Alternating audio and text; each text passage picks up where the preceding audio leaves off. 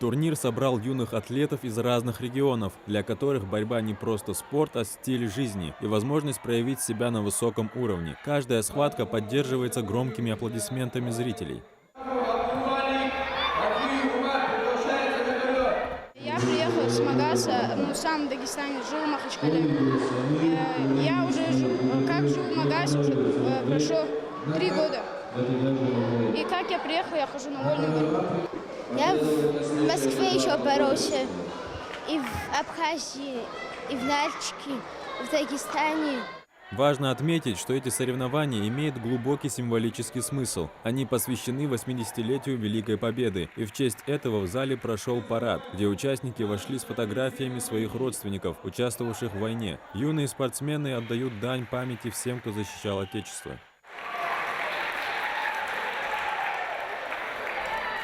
Зрители, в числе которых родители, отмечают, как важно проводить такие соревнования среди молодежи. Магомед Алиханов сегодня пришел поддержать 2 своих сыновей. Отмечает, что всегда старается не пропускать такие события. Такие мероприятия нам необходимы, чтобы почаще, чтобы организовывали такие мероприятия, чтобы спорт у нас всегда был популярен, молодежь, чтобы развивалась в правильном направлении. Надо стараться сделать все возможное, чтобы вся наша молодежь именно в спорте была. Мероприятие посетили почетные гости, чье присутствие придает этому событию особую значимость. Их поддержка и внимание вдохновляют участников на достижение новых побед и способствуют развитию спорта в нашем регионе. Все наши представители, гости из Кабардино-Балкарии.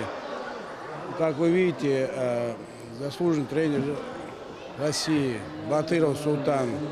Также есть Шигинов Анзор, приехал, победитель первенства мира. Да, еще много-много наших гостей, их всех не перечислить. К концу соревнований участники получат заслуженные призы, кубки, медали, пояса, которые станут достойным вознаграждением за их упорство, мастерство и спортивный дух. Адам Гуражев, Сулейман Костоев, Магас 24.